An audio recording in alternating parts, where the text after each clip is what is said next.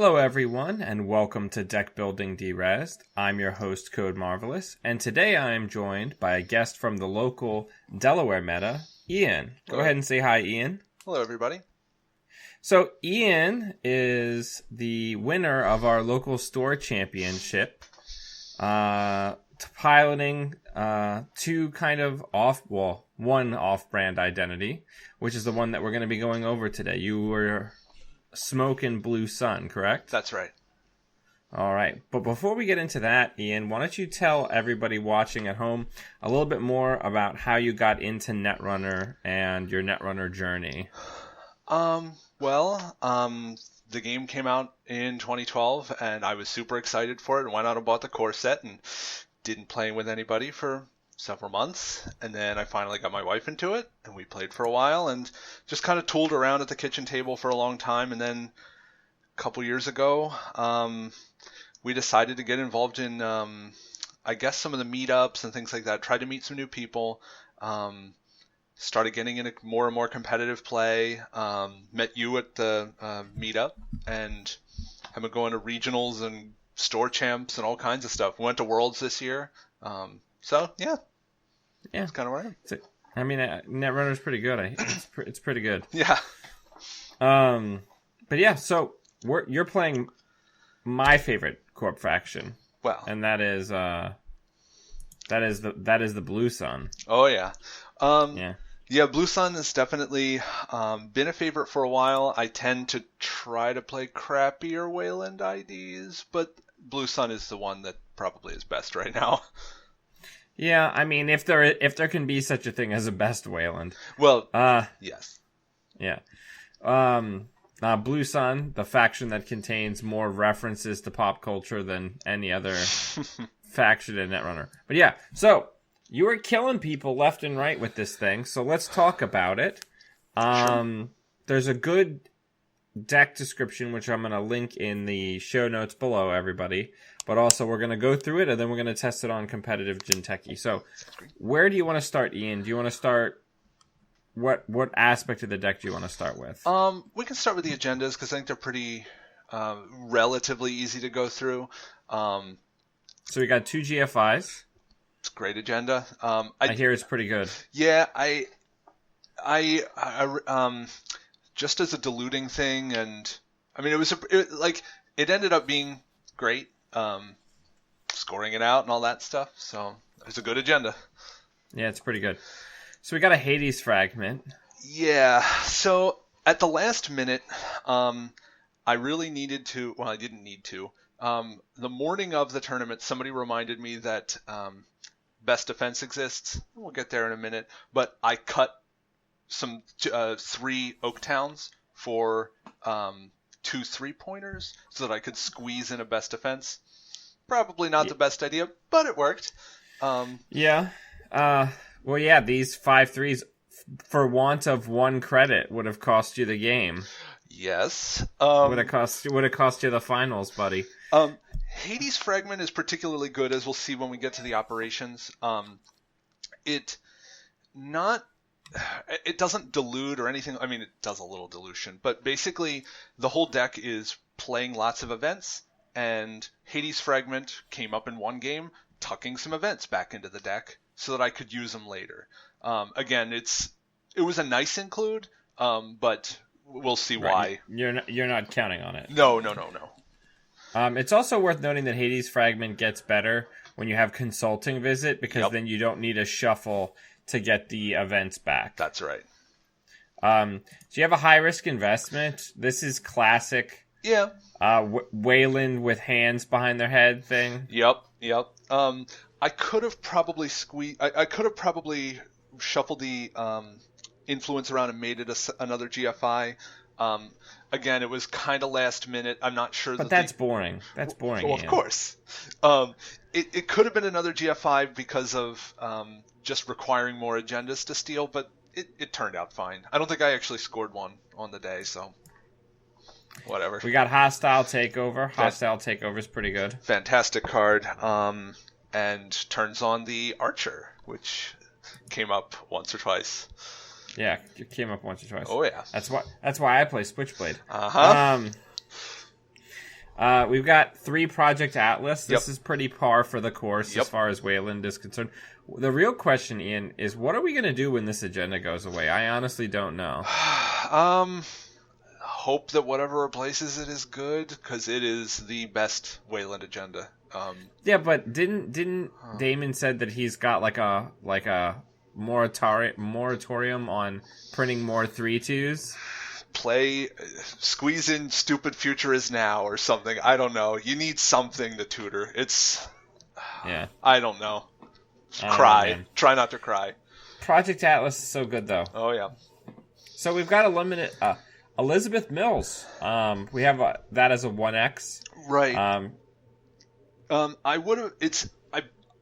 I played a little online before, tooling around with this deck. I was and playing in tournaments recently. Real sick of the Val blackmail stuff. I want my ice to be rezzed and hit people. So turning off those shenanigans seemed like a great idea. Yeah. Also, New Angeles City Hall, pretty good card. And yeah. real good against this one. I hear it's really good right now. Yep. I knew several people were on it, and it shuts that crap down pretty hard. Yeah. And you can pick her back up and use her again. Oh yeah. Yeah, if you end up having to res if you end up scoring your hostile takeovers the Bulwark, which you can use it to bounce and just recur the bad pub removal, or just beta run. Just stick it in a remote server and hope they bite. If they do, they get low and you kill them. Yep. Yeah. We got 3 Jackson Howards. I hear Jackson Howard's a pretty good card. Yep. Very good card. Yep. We got a Singleton Chrysium Grid. Yeah. If I'm gonna be rich and I need to protect my money, Chrysium Grid's great. Could have helped me a little more in one game in particular, but I forgot to res it, so it's okay. There we are. Yeah, that'll happen sometimes. Mm-hmm. So we have an Arc Lockdown, which I felt is a good card for Wayland, just because you're frequently throwing things that the runner wants into the trash. Right. So yeah, the whole operation package really is trying to just reach across the table and mess with your opponent's rig as much as possible. Arc Lockdown, I put in there just make sure it stays down, or to knock out anybody who Black thinks they're Orchestra, anybody who thinks they're clever with their paperclip.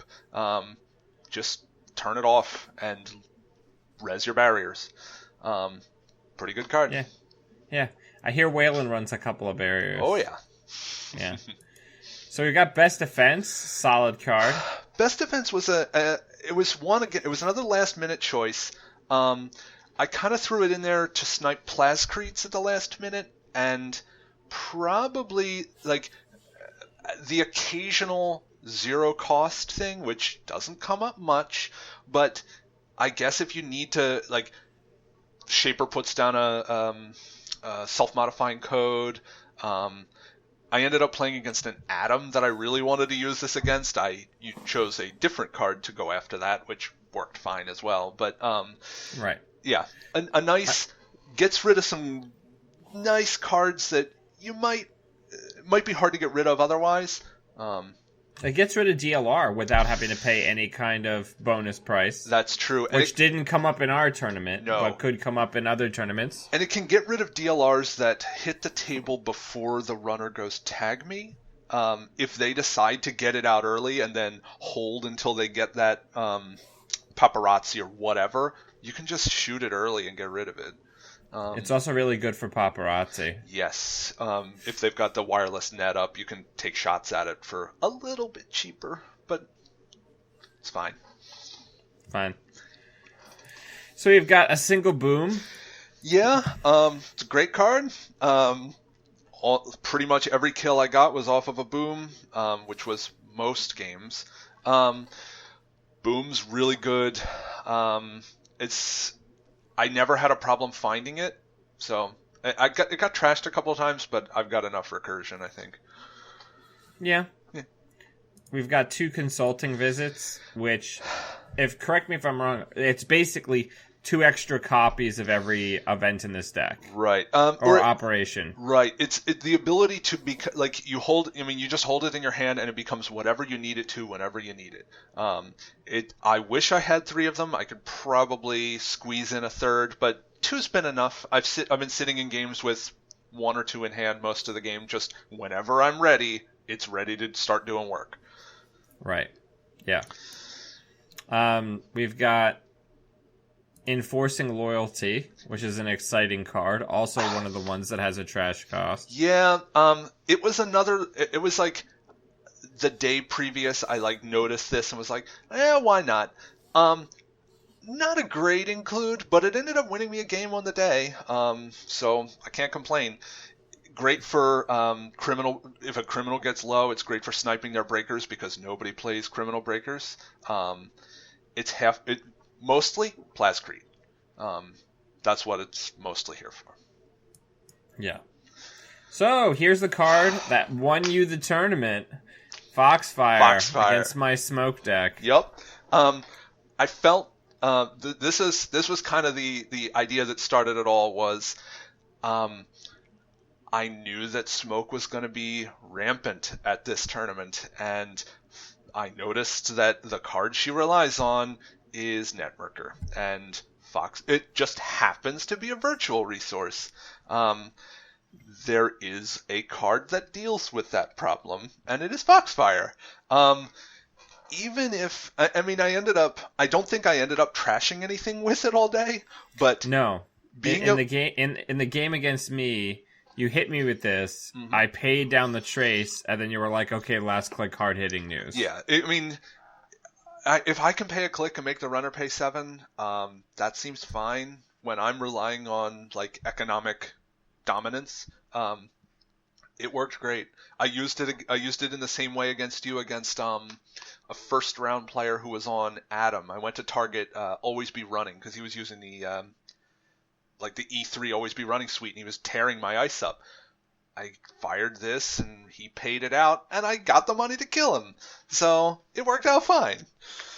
Yeah. Yeah. No, it's against smoke. This card is incredibly strong because you pay a click to make me pay 7, or get rid of like the key card that makes your deck like that gives you the stealth bank you need to get through my stuff. Right. And that was a critical mistake on my part because I had played you in the cut and not pitched my extra Netmarker. Yep. So I had let you trash it in the other game and just reinstalled the new one. And then in the finals, I threw away my extra copy of Netmarker. And then you hit me with this, and then I had no choice but to match the trace or lose my stealth credits. Yeah, and I don't think you had recursion for it. It was like for if you can take out Netmarker, you can cost smoke the game. Right. For the most part. Yeah. So you've got Hard-Hitting News. Hard-Hitting News is a really good card. Yeah. The tagging package was hard-hitting and mid-seasons. I knew that.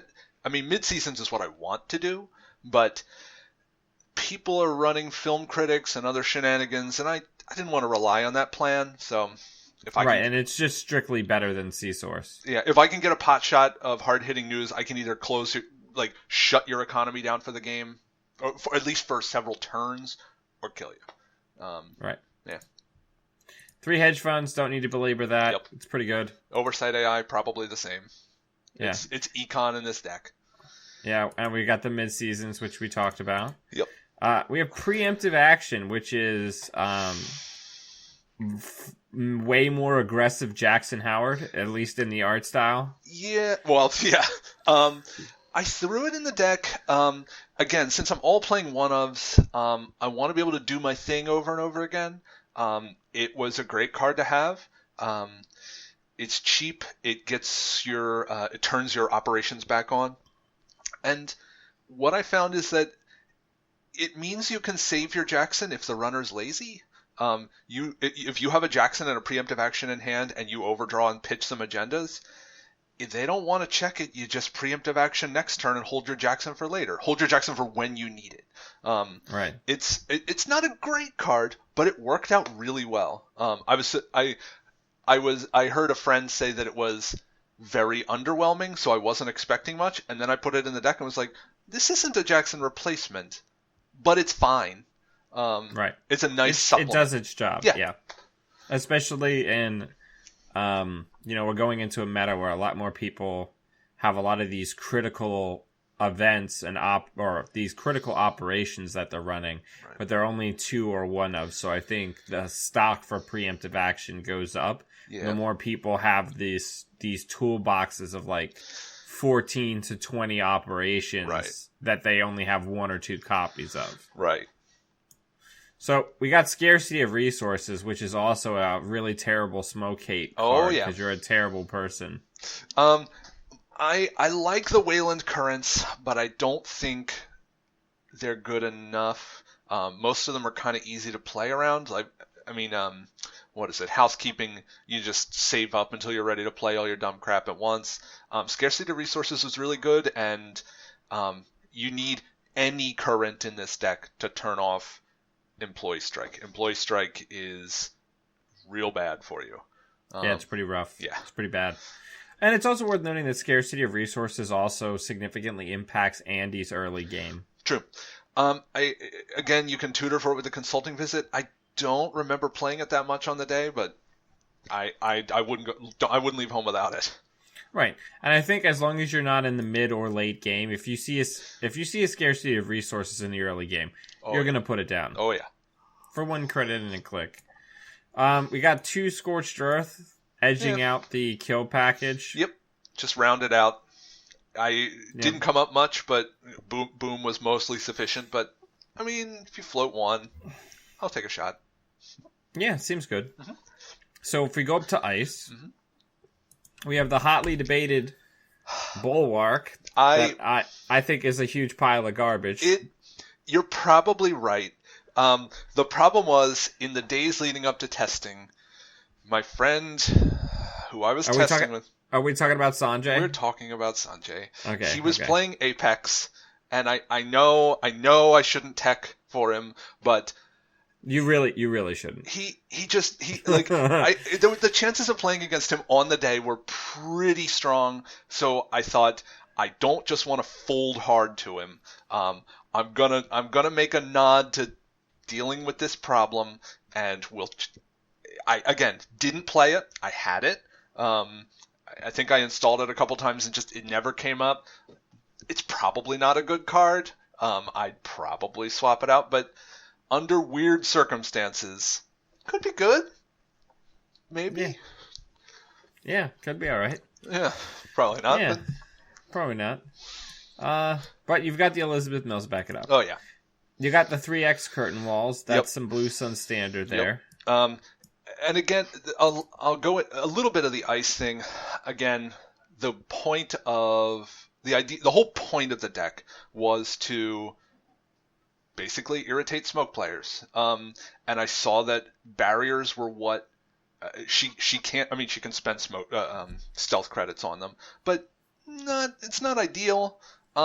So why don't we tax real money and play giant barriers? Right. So what you're telling me is that this deck was karmic punishment for me mentioning that to you like a week before the tournament, that Smoke's only weakness is high strength barriers. Yes. So here they are. Yeah, here they are. I mean, Curtain Wall is just a fantastic card. Yeah. The Curtain Wall Oversight combo and Blue Sun, it's always been one of my favorite things. And it's solid. Like, nobody wants to break this. You know what I'm saying? Like, everybody's thrilled to break it when it means they trash it, but nobody's happy to break this over and over again. Right. And that's why I think the hard-hitting news is a really important include in this deck. Yep. Because then if people break it and jack out, you still get to hit them with the hard-hitting news with the, if people are using Corroder, it's 11 credits. If people are using Clippy, it's 9 credits. Right. I think I don't think I played against the Smoke who was running Blackstone, but Blackstone's terrible too. It's like, it's something like 4, 5, 6, 7 real credits and 2 stealth credits. Awful. It's awful. Yeah, it's awful. We got Spiderweb. Spiderweb's pretty solid. Multi-sub barriers is where it's at.